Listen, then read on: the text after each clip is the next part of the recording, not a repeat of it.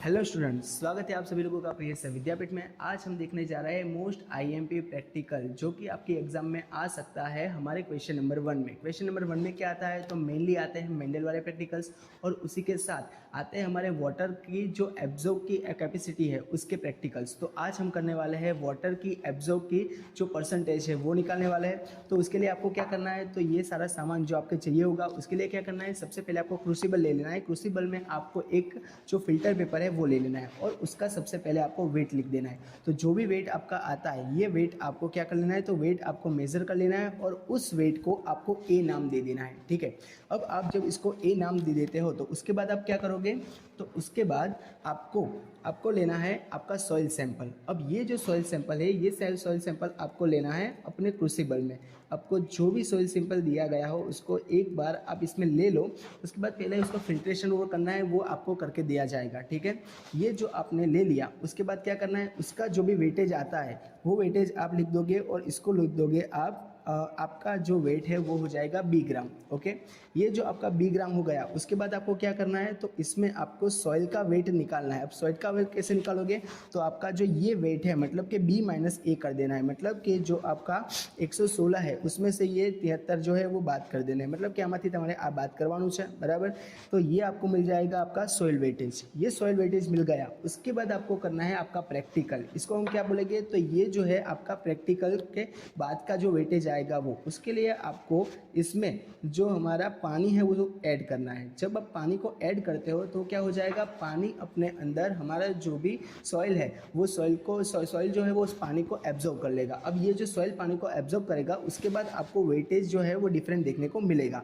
अब ये जो वेट आपको डिफरेंट देखने को मिल रहा है उसको आप नोट डाउन कर लोगे और उसको कह दोगे डी ग्राम।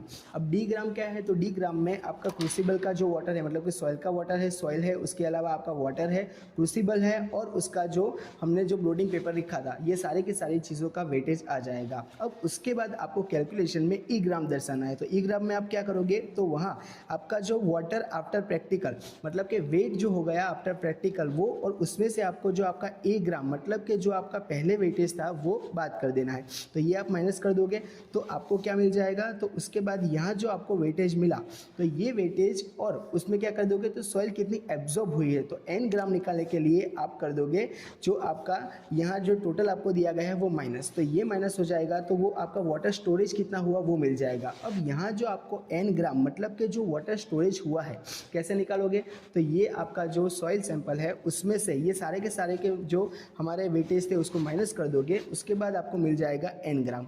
अब क्या करना है, तो एन ग्राम, तो एन ग्राम हो जाएगा आपका सिर्फ वाटर कितना स्टोरेज हुआ है उसका, और उसके छेद में आपको ले लेना है आपका जो भी सॉइल का वेटेज टोटल आता है वो, और ये जो सॉइल का वेटेज आ जाएगा उसको आपके परसेंटाइज जो आपके परसेंटेज में निकलेंगे। ठीक है, तो ऐसे आपको इसकी जो परसेंटेज है वो निकाल देनी है। ठीक है, तो ऐसे आपका हो जाएगा जो वाटर एब्जॉर्बेंस, कितना वाटर एब्जॉर्ब हो रहा है उसका प्रैक्टिकल खत्म।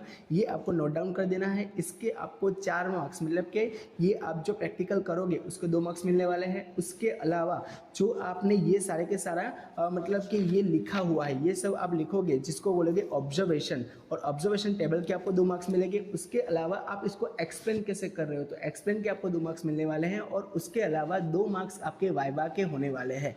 तो ऐसे आपको टोटल 8 मार्क्स में ये पहला क्वेश्चन में प्रैक्टिकल पूछा जा सकता है। चलिए ठीक है, तो जुड़े रहिए हमारे साथ प्रिय विद्यापीठ में, जहां आपको मिल जाने वाले हैं सारे फिजिक्स, केमिस्ट्री एंड बायोलॉजी के प्रैक्टिकल्स और थियरी के सेशंस।